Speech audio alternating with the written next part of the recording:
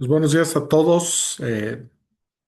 Vamos a revisar cuáles son los datos que están saliendo hoy. Les mencionaba que pues el mayor contribuidor de la economía en Estados Unidos el día de hoy cae de manera pues, relativamente importante. Estamos viendo el dato del consumo. El consumo, ahorita les voy a enseñar, pero representa alrededor de entre el 60 por ciento de la economía en Estados Unidos. Aquí vamos a revisar primero y luego les enseño un poquito pues esta parte de por qué es tan importante, ¿no?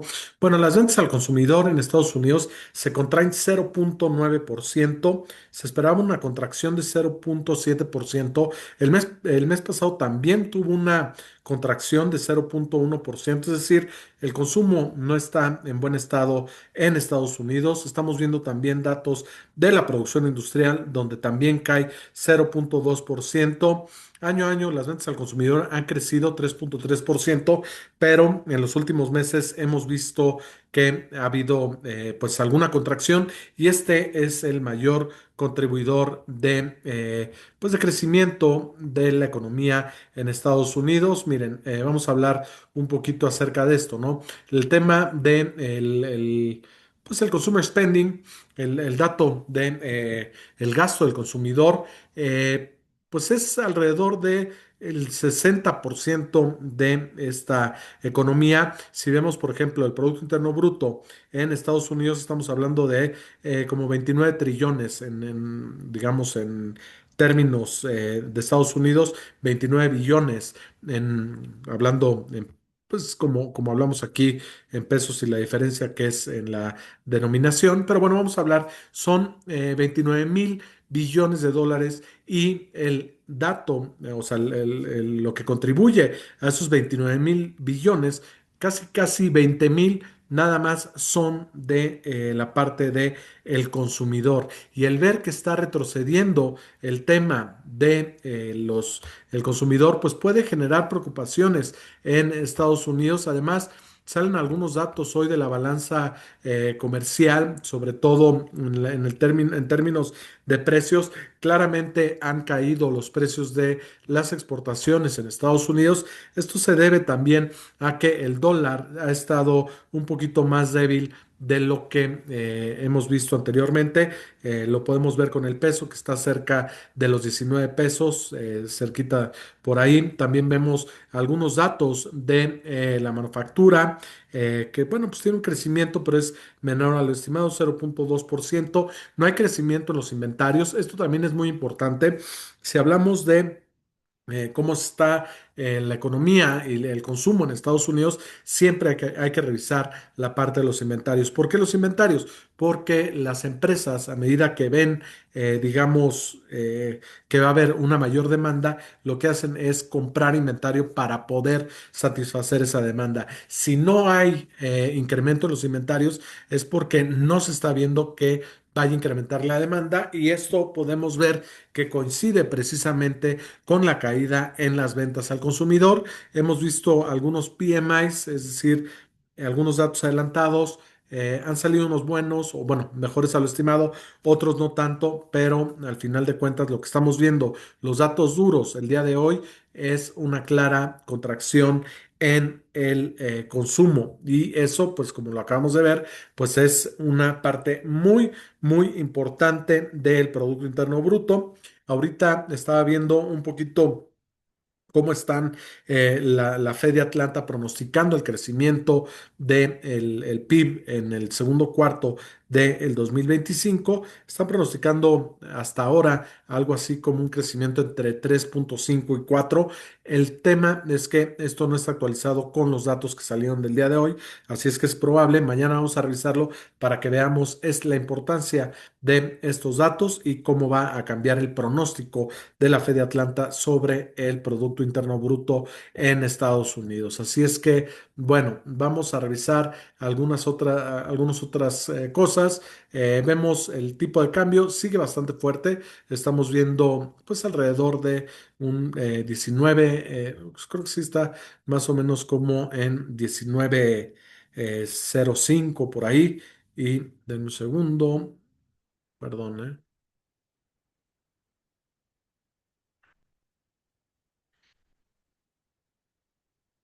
un segundito. El día de hoy hay una cierta pues apreciación del dólar contra las demás monedas muy ligera, pero bueno, es importante mencionarlo. Hay otros temas, por ejemplo, el tema del petróleo. Parece que pues hay más preocupaciones sobre una escalada, pues sí, una escalada en el tema de la guerra en el Medio Oriente. Ya Donald Trump hizo algunas declaraciones. ¿Cómo sabemos que hay mayor preocupación? Pues nada más hay que ver los precios del petróleo, suben 2,6% y se encuentran alrededor de 74, bueno, 73,66 el West Texas Intermediate. ¿Qué es lo que nos dice esto? Pues que hay mayor preocupación porque pues esa zona está, hay mucho petróleo, además una guerra también consume bastante petróleo y lo que dijo Donald Trump a la gente de Teherán, más de 12 millones de habitantes en esa zona, menciona y sugiere que abandonen, es la capital del país y además, pues bueno, cancela algunas citas y se va a Estados Unidos. Independientemente de las reuniones que tenía pues ahí en Canadá con el grupo de los siete, se cancela la reunión con la presidenta Claudia Sheinbaum. Hay otros datos que me gustaría platicar para que entendamos un poquito cómo se analizan los mercados, cómo se analizan todas estas cosas y por qué es tan importante entender que pues donde hay más dinero y donde hay más, sí, gente preparada, es los que tienen mayor información. Estaba viendo una nota donde algunos analistas sabían que iba a haber algún tema entre Israel e Irán. ¿Y cómo lo sabían? Pues bueno, se pusieron a revisar, monitorean de manera frecuente el número de pizzas que se están vendiendo alrededor del Pentágono. ¿Por qué? Porque se sabe que pues, cuando van a trabajar horas extras, mucha de la gente pide pizzas para poder, o sea, para cenar ahí en el Pentágono y hubo un incremento muy importante una noche antes del ataque de Israel a Irán. Entonces, eso es un poquito cómo piensan los analistas en los mercados, tratando de anticipar este tipo de cosas. Otro de los datos que están sacando es que hubo un incremento en algunos vuelos de aviones de carga de Estados Unidos que vuelan hacia Europa actualmente. No sabemos qué es lo que significa esto, pero esto lo anunciaron antes de que Donald Trump, digamos, dijera que iba a regresar a Estados Unidos,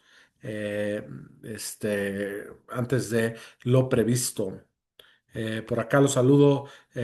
Buenos días. ¿Qué podemos esperar del Federal Open Market Committee? Bueno, yo creo que ahorita es una buena pregunta. Lo que tenemos que estar viendo es qué es lo que va a, digamos, a favorecer pues la Fed, si la inflación o el crecimiento. Y bueno, vamos a revisar qué es lo que nos está diciendo el mercado, cuál es la probabilidad más importante. Denme un segundo. Es este, sí, ahí está. Denme un segundito. Aquí nos da las probabilidades. Bueno, no las probabilidades. Pues sí, bueno, las probabilidades en base a cómo está posicionado el mercado. 99% es el día de mañana la Junta. El 99% está diciendo que van a mantener las tasas en 4,50%. Entonces, hay muy poca probabilidad de que vaya a haber un cambio de tasas. Creo que más hacia adelante, por ahí en julio y septiembre ya empieza a haber un poquito más de probabilidad hacia un recorte de tasas. Por ejemplo, septiembre ya está como el escenario más probable es que vayan a recortar las tasas en 25 puntos base, pero como lo hemos venido diciendo aquí, hay una clara, pues va a tener que decidir la Fed entre impulsar la economía o frenar la inflación en caso de que eso llegara a, pues a suceder, ¿no? Consulta, ¿cómo afrontar una crisis en un país con inflación y devaluación en la moneda local? A ver, el tema de Edwin, saludos hasta Bolivia. A ver, si hay una crisis que tiene inflación, y la devaluación, lo que ha sucedido es muy probable que esa moneda en Bolivia haya perdido la confianza de los inversionistas.